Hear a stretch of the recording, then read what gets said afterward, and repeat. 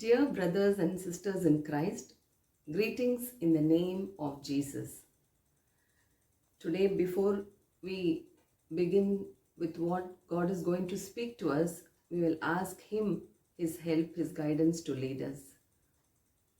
Heavenly Father, in the name of Jesus, I ask you that you will speak your word through your Holy Spirit, and your word is life, and we need that life every day. Lead us in it, Father. In Jesus' name, I pray. Amen. Let's read Psalms 34:14. Turn from evil and do good. Seek peace and pursue it. So, today, God is leading us into peace. What we have to know about peace and how we can retain peace, and we have to also understand that we need peace from God, and the peace does not remain inside of us all the time, and every day we need His peace, and that peace alone can lead us. And if God's peace is inside of us, then we can give peace to others. And we should also understand that it is not others who are going to give us peace and make us peaceful, but it is the peace that comes from God, who alone can keep us in peace, our hearts in peace that we need. So we are not going to see about how others will give us the peace. Now, everything that today we are going to ponder on is how we will receive peace and we will be a channel of peace. So when we saw this verse, Psalms 34:14, the second part of the verse says, seek peace and pursue it. So this is what we have to do. God is saying we have to seek peace. And once we seek, we are sure to get. That's why He's saying that. And always we have to pursue it.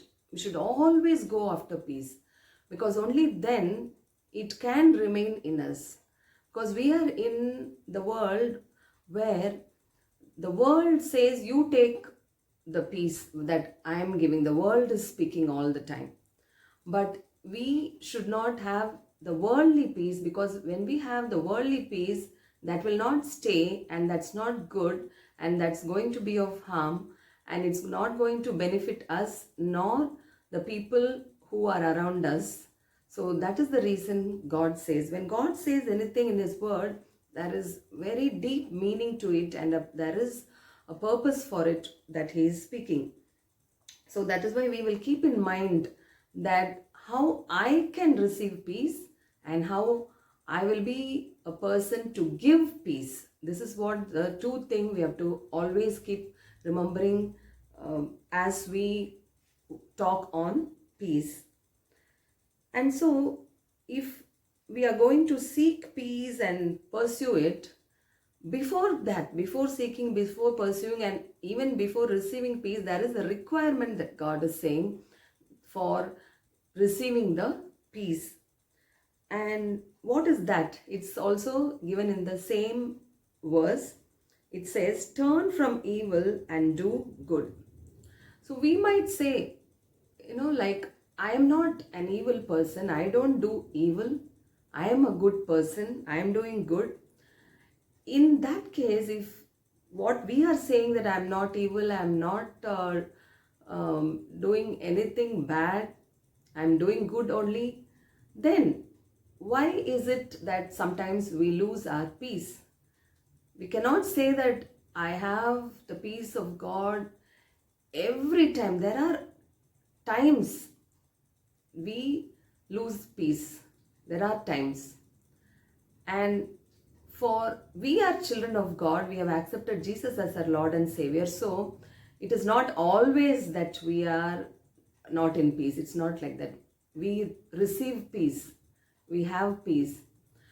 Compare to the people who don't know Jesus, for them surely it is that they don't have the peace of God. They have peace, but it is not from God. So that is what is important. So, so there are occasions, when we lose peace. Why? Various reasons, but here the word says turn from evil. Okay, so now we will see, okay, what is that I have to turn from?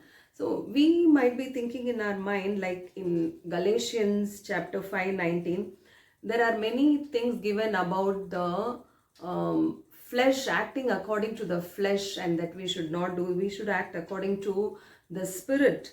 And when we are acting according to the flesh, we will be in sexual immorality, idolatry, and so many things. It talks about the immoral things regarding the flesh. Also, it says about idolatry, hatred, discord, jealousy, rage, rivalries, division. That is, it's all. We might not think that jealousy also is evil sometimes. We think that is not great thing. Sometimes we are jealous about others in various things, but we don't consider that as evil. But in God's eyes, jealousy is a big evil. It is surely evil. And if we say, like in Matthew 15:19, even theft is an evil in God's sight. Sometimes, envy, then keeping grudge, the emotional things, emotionally evil things, envy, jealousy, keeping grudge, unforgiveness, bitterness, these are also evil in front of God. We even telling lies. We might say that it's a just small thing, small lie. There's no small lie, big lie. Any lie is evil, and God does not like it. He hates telling lies. It's a sin. And also we can theft. It need not be robbery in a bank or a big amount or like that. Even if we are going to steal a small pencil, eraser or anything from the house or from our workplace or whatever. So that is, so there is no big sin, great sin. Sin is a sin. So we have to think like that. So that's why we have to now think, okay, each person, in our own heart, we know, like, what is that evil that I am doing in front of God. Only that person can know, because sometimes in front of others we might not be revealing it. So we have to think to ourselves. We have to ask this question, okay, what evil thing that I'm. So it's one more thing we have to understand, that anything that God says don't do, and if we are doing, and anything if he says do and if we are not doing, so this is also evil. And it says in Isaiah 57:21, there is no peace, says my God, for the wicked. So that is what. So when we, any small kind of sin, we are doing any evil which God does not want us to do, if we are doing that, then God says there is no peace. So we will lose our peace. That's what is important. So we should never lose our peace. So that is why he asks us, you don't do, you turn away from this evil, come out of it and try to do good. So that's what we should do. We should, whatever evil that is inside of us, small things which we consider small, we people say, I did not murder, I did not commit adultery, I did not fornicate. So like this they say, but being selfishness is also evil in God's sight. Being selfish, putting ourselves first than others. And so because of that attitude itself, so many other wrongs we do for us and for others. So like that, in small areas of our life also we have to think about that. So what is that? And we have to retrospect ourselves. And so that is why, so whenever any wickedness is inside of us, we will lose our peace. That is the reason. And God wants his children to be of complete peace. So any wickedness in our heart, there is no peace. So when we are living in this New Testament time, we have to check, Jesus gave us greatest commandments, two greatest, and that fulfills the whole law. So what is that? Everybody knows in Matthew 22:37 it says that love the Lord your God with all your heart and with all your soul and with all your mind. That is the first. And second, love your neighbor as yourself. So we have to just think, are we loving God with all complete heart? That is our heart completely filled with God, his purpose about him? Is it everything? Our heart is only about God, and our soul, our emotions completely, is it for God? And then our mind, whatever we think, any thoughts, is it about God? So everyone can answer this to yourself. So that is the first thing. And next is love yourself, love your neighbor as yourself. So are we loving others? Anybody other than us is our neighbor. So are we loving others as ourselves? See, we want always good things to happen. We want others to do good to us. We don't want others to shout at us. So everything we want, everything good from others, but are we doing the same good what we expect from others? Are we doing that? So these two we have to remember. So God says that if we do these, then there will be peace and he will give. And when we just continue, how can I receive this peace? That's what. So what we saw, that we have to come out, turn away from evil and do good. The next one we see in Proverbs 3:1-2. It says, my son, that means for daughters also, do not forget my teaching, but keep my commands in your heart, for they will prolong your life many years and bring you peace and prosperity. So very clearly God says, what is that which will bring peace? What is that will bring peace from God? So he says that do not forget my teaching. So whatever God is saying, that we should not forget. That means it should be kept in our mind and continuously think about that, and also keep it in our heart. And next, but keep my commands in your heart. See, so first, not forgetting, remembering it in the mind, in our thoughts, and in our hearts, emotionally also.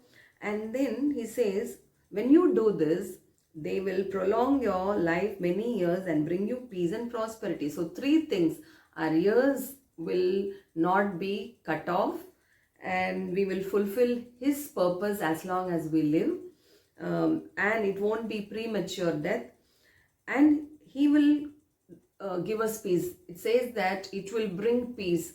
So, and along with that, additional bonus, prosperity. So we will not be lacking in anything that is our needs and wants. So it will bring peace. So this is what God says. So are we doing this? This is what we should ask ourselves, because we need peace for ourselves, then only we can give to others. So God is ready. He is the Prince of Peace. He is the God of peace. So he is ready, but when will we receive? Continuing in Isaiah 26:3, we see, you will keep in perfect peace those whose minds are steadfast because they trust in you. So that's what. So he is going to keep us, who God is going to keep us. So we are going to get it from God. The peace is going to come from him. He is going to keep us in perfect peace. So this peace that comes from God is perfect, without any flaws, no defect. So what are the things that is in this perfection? He says there will be safety for us, and there will be well-being, there will be happiness, there will be health, and it will be of our welfare and prosperity. So all these comes under the perfect peace of God. And should we not pursue it and seek it? Yes, we should. We need all these things. And so our mind, it says, those whose minds are steadfast. Yes, our minds, always you have to check our minds every day. What is our mind thinking right now? Is it worth what God likes? Is it, we see that many things what we have to ponder upon is given in Philippians, where, is 4:8, I think. He says we have to think what is pure, honest, which is good, like this. So this is what our minds, and it should be steadfast. That means without wavering. It should be on Him. Always our mind should be kept on Him. And so He is going to give us, and because they trust in you. So see, in this, it is talking about our mind, which we have to keep on Him, and also we have to trust in Him. This is very important. Trusting in God is very important. Without trust, there cannot be any good relationship. So when man and woman marry, they trust each other and marry, that they can be safe when they are living together, that they can provide for each other. There will be peace, there will be joy, there will be love. So all these, so the trust. Similarly, in a family, we see parents, they trust their children, and the children trust. When the trust is broken, when there is no trust, then there is no peace at all.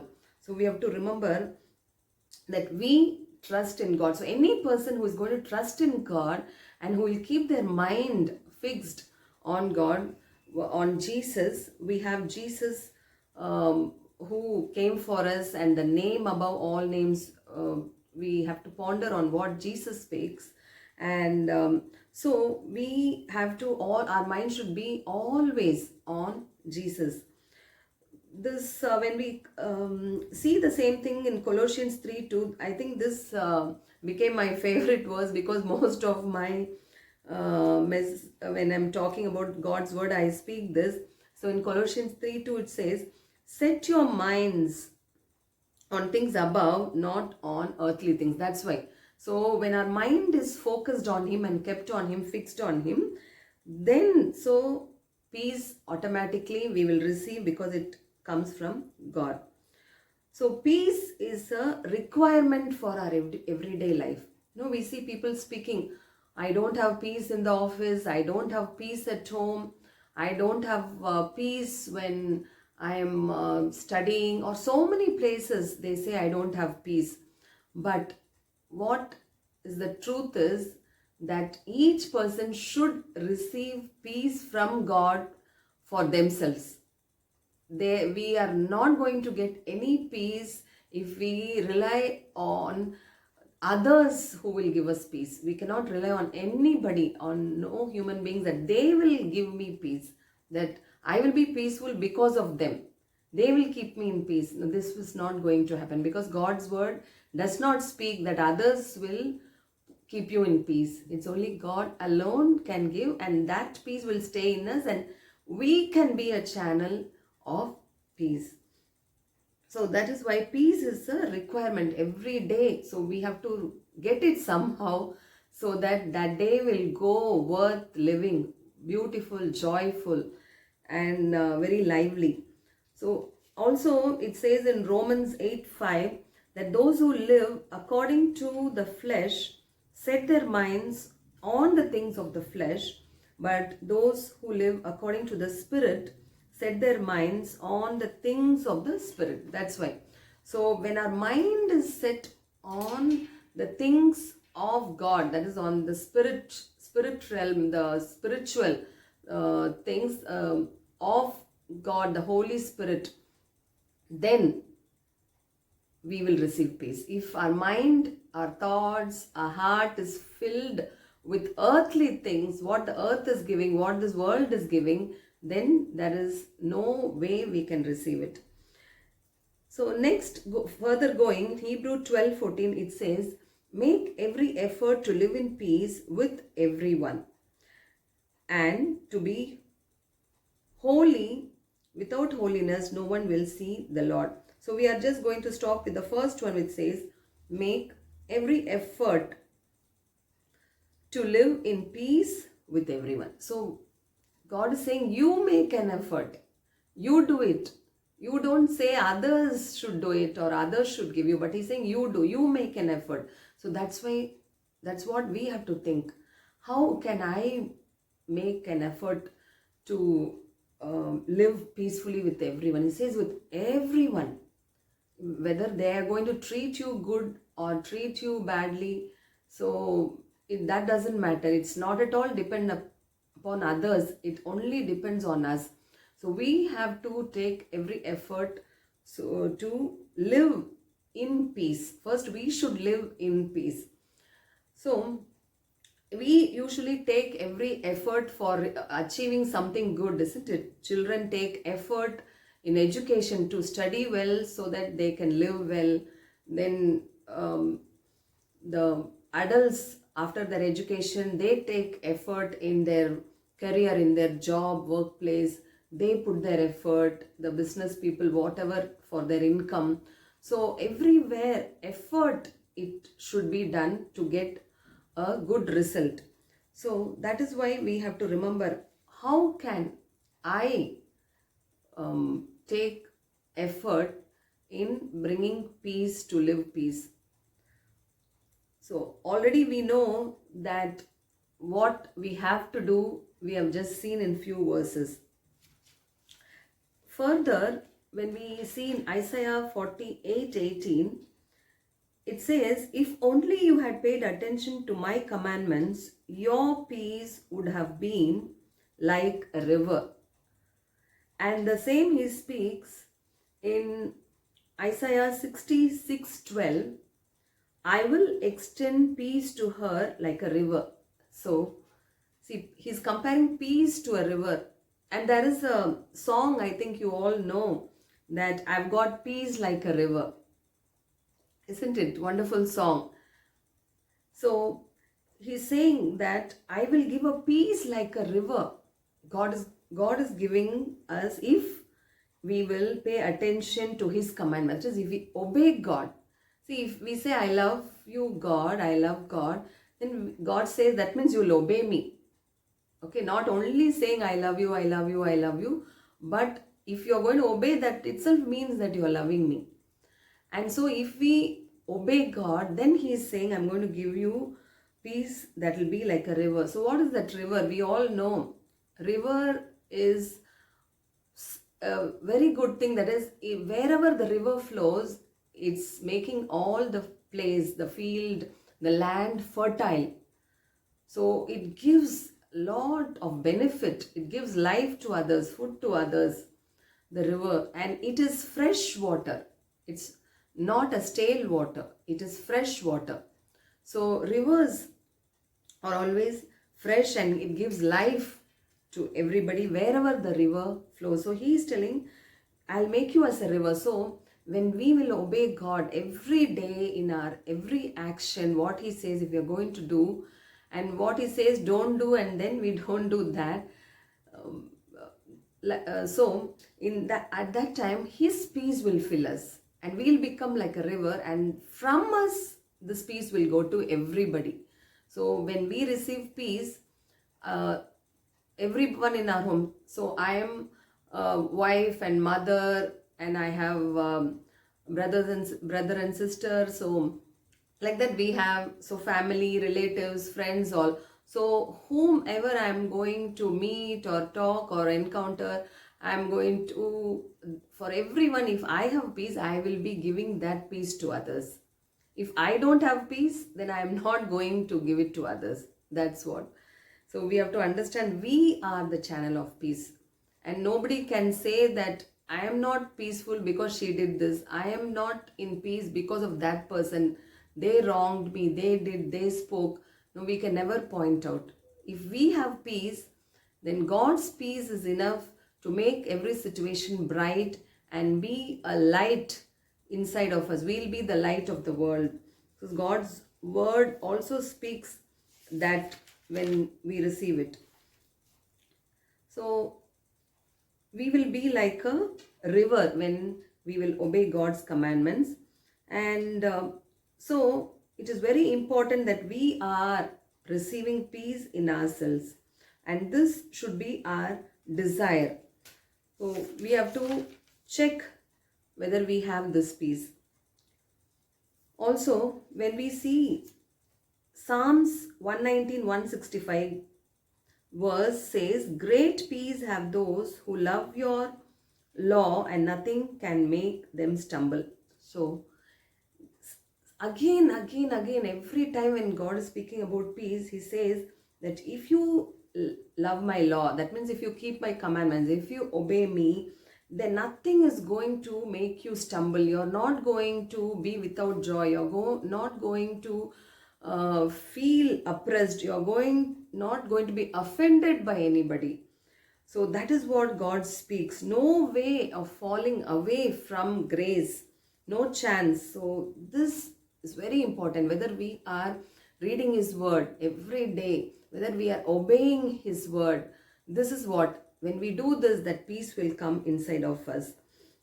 Because we see in Philippians 4:7, and the peace of God, which transcends all understanding, will guard our hearts and will guard your hearts and your minds in Christ Jesus. So once again, peace of God, which transcends all understanding. So that means the peace that comes, we cannot keep understanding it. It surpasses all that. We will not know how big is that peace, how much it is. It's so amazing, great. God Himself is telling that this peace cannot be transcended by our understanding. It cannot, it's beyond our understanding. And that peace which God is giving, it's going to guard our hearts and our minds in Christ Jesus. So only in Jesus Christ, only in Him, we can have the peace, and only in Him it can be guarded, and our hearts can be guarded. Our hearts should be guarded, because everything, whether good or bad, comes from our heart. So when heart is good, we speak good. When heart thinks something bad, something, immediately a word comes out to hurt others. So that's what we have to check. And so we have to see that, okay, when are we going to get this peace of God? If the previous verse says in Philippians 4, 5 and 6, that let your gentleness be evident to all. Do not be anxious about anything, but in every situation by prayer and petition with thanksgiving, present your request to God. So that's what. So it says that let your gentleness be evident to all. Are we gentle? That's what we have to ask. Every day, every time, are we gentle to all? Good and bad. Good people, bad people, evil people who do not do good to you. So are you gentle to them? And then he says, don't be anxious about anything. But what should you do? You have to, in every situation, but by prayer, you have to talk to God. Any situation, continuously we have to tell Him. Talking to God is telling Him. And then give our petition. Then we have to thank Him. Our request to be presented to Him. So when we do this, then the peace of God can come and guard and be in our heart and always protect us. So we know that Jesus is the peace, because it says in Isaiah 9:6 that Jesus is the Prince of Peace. And also in Isaiah 53:5 we see, but He was pierced for our transgressions, He was crushed for our iniquities. The punishment that bought us peace was on Him, and by His wounds we are healed. So what we see here is there is a price which Jesus had to pay for our peace, and He paid it. He has done it. That's why we can be of confidence that He is able to give us, and He was broken, He was crushed, and He bore it. So He had all the pain just to give us that peace. So should we not seek every day? Should we not pursue it? Should we not keep our hearts and minds on God and do it. Keep this peace as a treasure for the sake of Jesus who did it for us. And finally, I would want to say in John 14:27, he says, "Peace I leave with you, my peace I give you. I do not give to you as the world gives. Do not let your hearts be troubled and do not be afraid." So we'll just go in the first part alone. Jesus says, "Peace I leave with you, my peace I give you." He's telling his peace, that is the peace of God, is coming to us. He's leaving to us. He's saying, you will not be without the peace. I'm giving it to you. Please accept it. Take it. And do not, he's telling, I do not give to you as the world gives. So people go after peace. They say, I don't get peace in my home. I don't get peace outside in my workplace. I'm not having peace in my school or college or wherever. So what do? They go into entertainment, games, sports. Even sometimes they do a lot of work again to receive peace. Sometimes education, they do different kinds of studies and to get peace, higher studies, courses, then careers. They find peace in their job, and in their wealth. They accumulate wealth to get peace. They do competitions, accomplishments, rewards, awards, all that. But all these are from the world and they are temporary and they will fade away. So we will not have peace in this. So today God is asking us to be a channel of peace. He's asking, will you be a channel of peace and will you receive my peace? And so this is what we have to respond to God, and we have to ask to us, am I a person of peace? And why am I losing peace? Why people around me are losing peace? So let us forget about others. Let us only concentrate on us, and we'll say, I need peace from God. I need to be first peaceful, that only from God. And I want to give peace to others. I want to be a channel of peace. And so God had spoken to us about peace, and He wants us to have complete, perfect peace and enjoy every day. So let's thank God now and close. Heavenly Father, thank you, Lord, for speaking to us through your word, and you have given us peace, and that peace is always ready, and that you have taught us, Lord, how to receive it from you, how to keep it, how to maintain it, how to seek it every day and pursue it. And when our hearts and minds are fully of your peace, and when it is overflowing, it will be like a river. It won't be stagnant. It won't be just left to ourselves, but it will flow. And wherever it flows, there will be life. So we will have life. We will give life to others. And we will be the light of the world as you called us. Thank you, Father, that you have given your word to us, and help us through your Holy Spirit every day that we seek and pursue this peace. Help us through your Holy Spirit, Lord. Help your son and daughter who is watching this in their family, Lord. First for them, every single day, let them receive complete peace from morning till they go to bed, complete, even while sleep peacefully, because you alone can do it, Father. Fill them by your Holy Spirit. The peace of God come into them, touch them, Lord. Yes, Father, this is what everyone requires in this world, Father. And you're saying, do not fear, I am giving you that. And also, Father, in their family, Lord, through them, through this son, through this daughter, let the peace flow everywhere and they shine, Lord, and also make others to shine. Thank you, Father. You have heard our prayer. In Jesus' name we pray. Amen. So, my dear brothers and sisters, you have a very peaceful day today, and I pray that you will have peaceful days every day and enjoy the life that God is giving you every single day.